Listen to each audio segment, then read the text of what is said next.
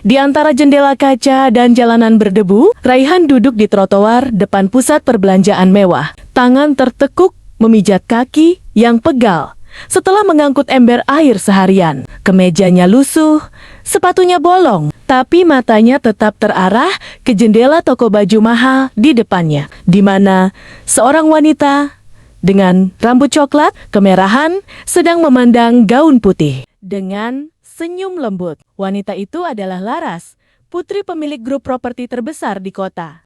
Setiap hari, Raihan selalu melihatnya lewat jendela itu. Kadang berbicara dengan penjaga toko, kadang hanya berdiri sendirian menyukai benda-benda indah. Dia tidak berani mendekat. Apa yang bisa dia berikan padanya selain debu jalanan dan ketidakmampuan? Suatu hari, hujan turun dengan deras. Laras keluar dari toko dan terkejut karena sopirnya tidak datang. Dia berdiri di teras, cemas, ketika Raihan mendekat dengan payung bekas yang dia temukan. "Maaf mbak, mau dibawa kemana?" tanyanya dengan suara pelan. Laras melihatnya, lalu melihat payung yang lusuh, lalu tersenyum. "Ke stasiun? Boleh, perjalanan itu hanya 5 menit.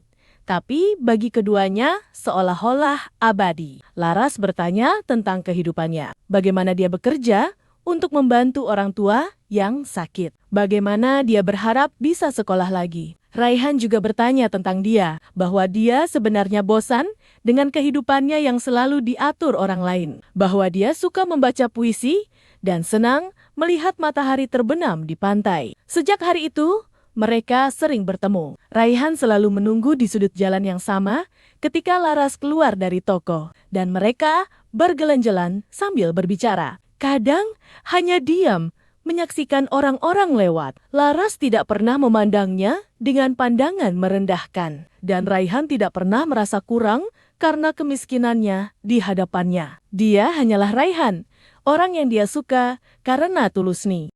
Namun, masalah tidak pernah hilang. Ayah Laras menemukan tahu tentang hubungan mereka dan melarang mereka bertemu. "Dia hanya mau uangmu," ucapnya dengan marah. Laras menentangnya, tapi ayahnya tidak mau mendengar. Dia bahkan mempekerjakan orang untuk menjaga Laras agar tidak keluar tanpa izin. Raihan merasa putus asa. Dia tahu, dia tidak bisa bersaing dengan dunia yang dimiliki Laras.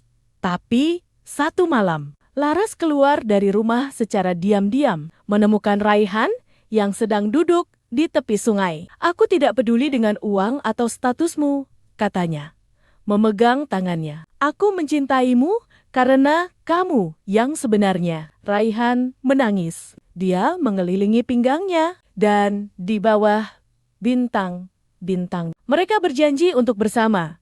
Meskipun jalan depan akan penuh rintangan, mereka akan bekerja sama.